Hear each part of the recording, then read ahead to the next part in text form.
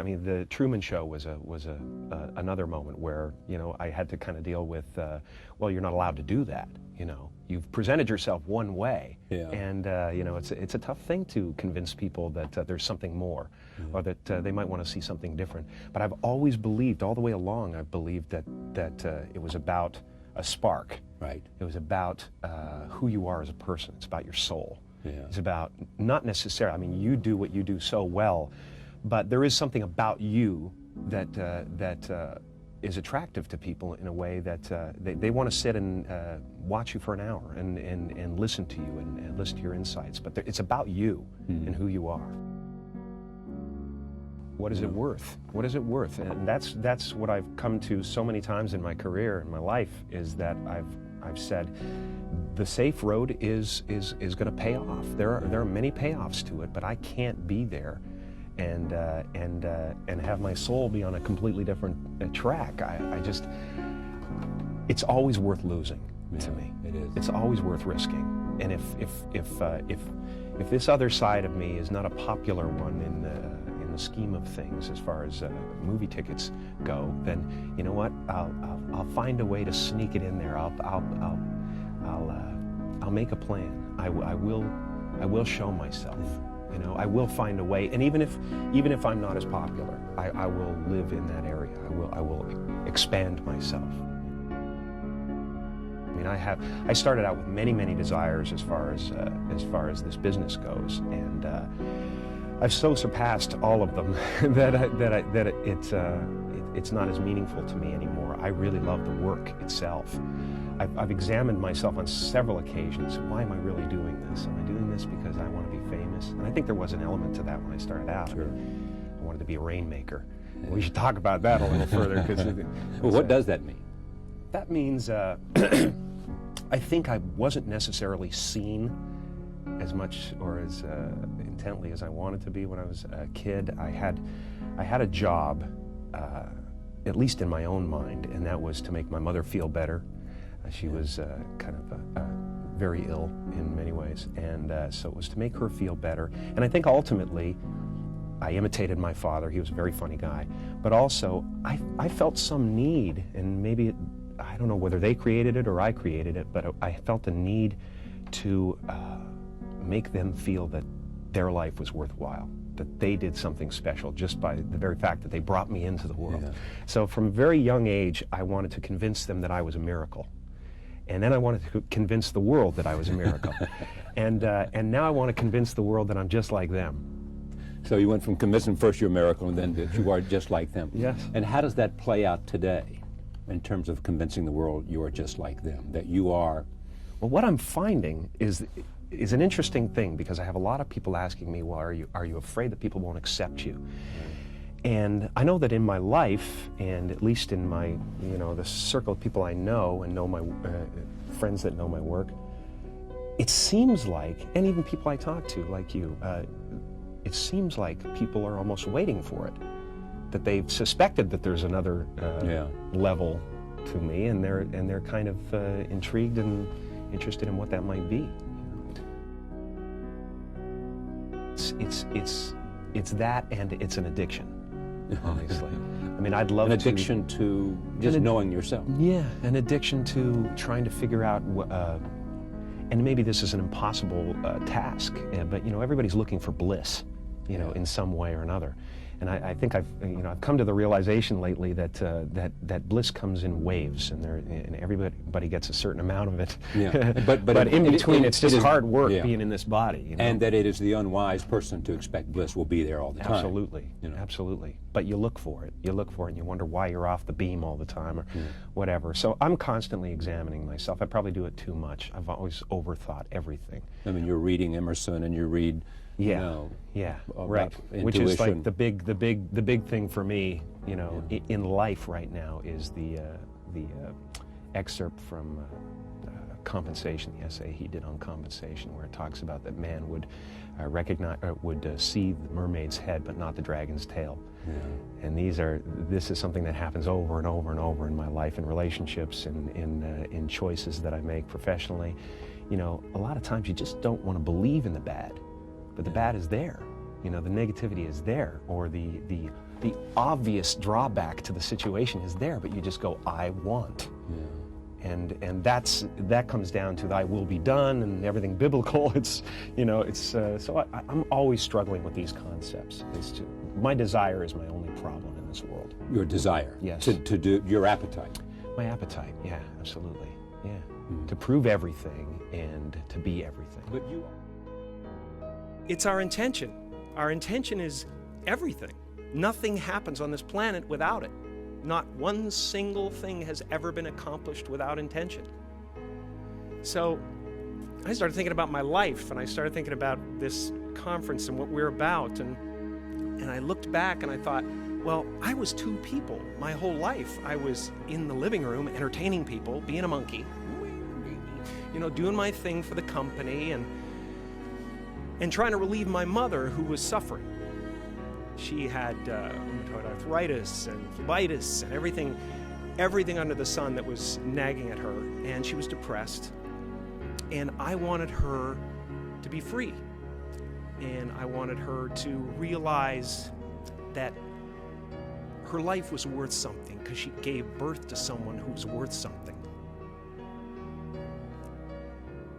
And then I would go into my room and I would sit with a legal pad. I was a little kid. And I would sit there and I would try to figure out what it meant, what it was all about. Why are we here? What is this? And one day I read something from Buddha that said that all spirituality is about relieving suffering. And I suddenly realized that's what I'm doing in the other room. and I'm aligned. You know, my purpose is aligned with this. So I felt incredibly lucky. I lose sight of that all the time. I get caught up in different concerns, ego concerns. But I'm so lucky to be a part of this community and to do something that is of value. And I really cherish that. And we are all one thing. It really is true. Can I speak to the person in the last row, in the very last seat against the wall? Is there someone back there that can say hello? What's your name? Andrea, are you aware that, do you have the distinct, palpable feeling that your intention created this evening, as well as Melissa's? Do you understand that all of this entire event is happening inside you?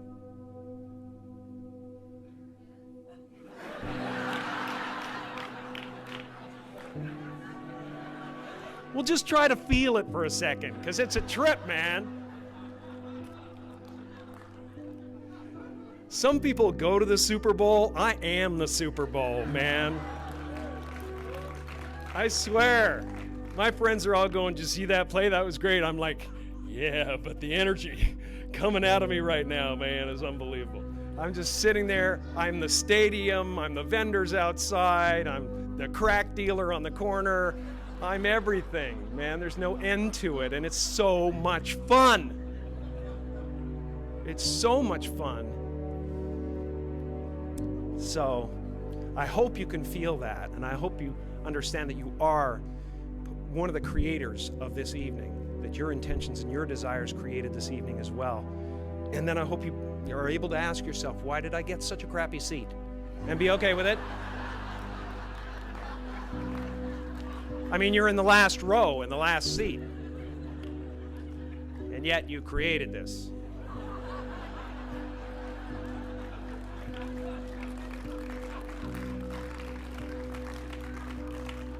That's gotta be, it's a really selfless thing to do.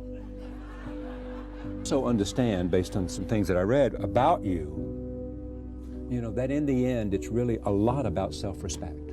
Yes, yeah. It is, because you know yourself. Yeah. And it is... Well, yeah, and self-respect is certainly one of the major problems in the world. Self-esteem is the reason for most ills. And, you know, desiring what we don't have. I mean... Appleton is me, or I am Peter Appleton. Sure. How did you mean that? Well, in the respect that he has this yearning that that is more important to him. Again, false gods. Right. When you put something so in the forefront of your life, some desire in the forefront of your life, that everything else starts to suffer. I understand that. I understand that because I've gone that way and had to pull myself back, or whatever. But it's the yearning that is can be something very positive. It can create wonderful things. But when it makes you negate your life and the people in your life, it becomes, or again, like when it makes you bear false witness, and sell somebody out. It's just not worth having. That yearning is the tough part. The yearning to kind of have that, but not make it completely consume you.